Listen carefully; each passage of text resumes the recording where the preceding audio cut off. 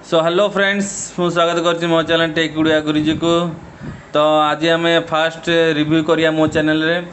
तो मु मगैली मो जिम होम जिम करने किछिटा जिनस मगैली आज ताको देखिया रिव्यू करवा खोलिया केमतिया प्रोडक्ट कौन अच्छी भल मंद प्रोडक्ट भल कि नहीं जेन्युइन रिव्यू करी आईटा मो फास्ट रिव्यू।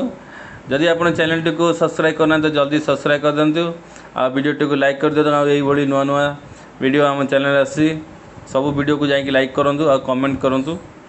तो चलतु वीडियोटी आरंभ करवा।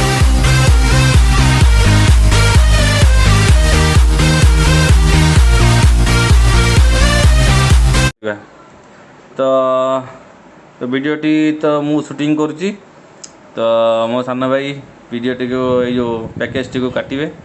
तो काट काट खोलो गोटे गोटे काट सब देखिए कौन आसी।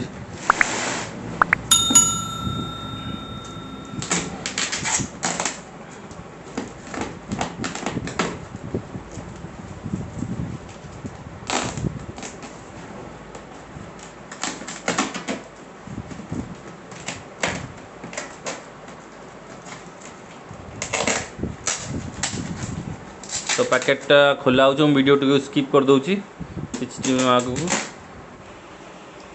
सो फ्रेंड्स पैकिंग कटा सरी प्रोडक्ट बाहर अच्छी आपन देखि पारथबे।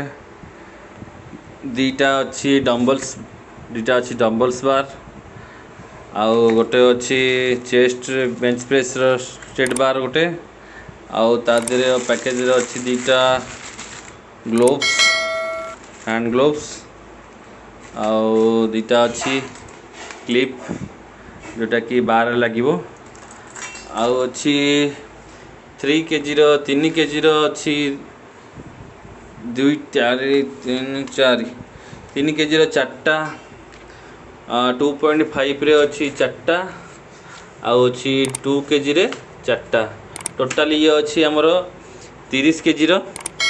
तो प्रोडक्ट देखा गले ओवरऑल भल प्रोडक्ट अच्छी गोटे खाली यहीटार ही गोटे डैमेज अच्छी टिके छोट डेंट गोटे हो शायद आणला बेले बोधे कौटी बाजिकिना होता डेंट।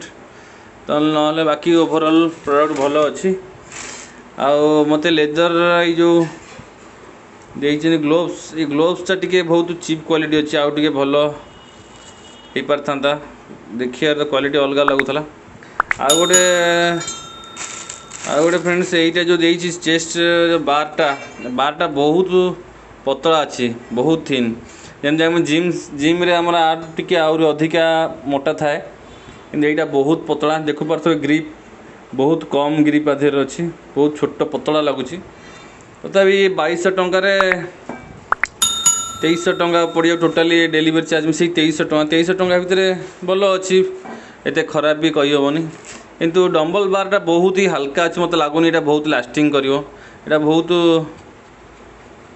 चलो। तथापि बहुत हल्का आप विश्वास कर देखो मुझे गोटे ना बहुत हल्का अच्छी मत लगुनि ये लास्टिंग कर मत लगुच भांगी मझीरू।